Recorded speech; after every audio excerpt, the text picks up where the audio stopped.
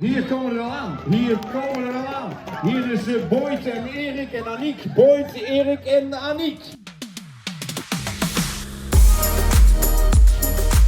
Mooi Ford, mijn auto.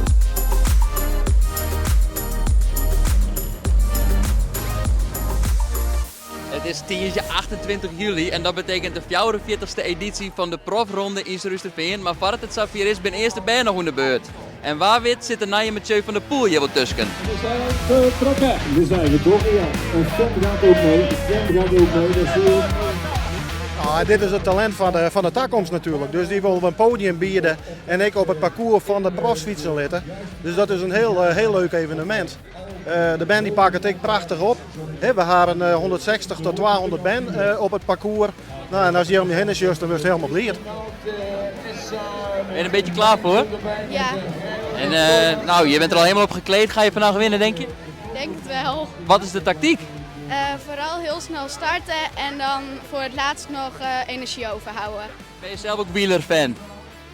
Ik zie wel de Tour de France. En, is het doel ook om later zelf daar aan mee te doen? Ja. Heb je er een beetje zin in? Ja, een beetje. Ik vind het wel een beetje spannend dus. Ja.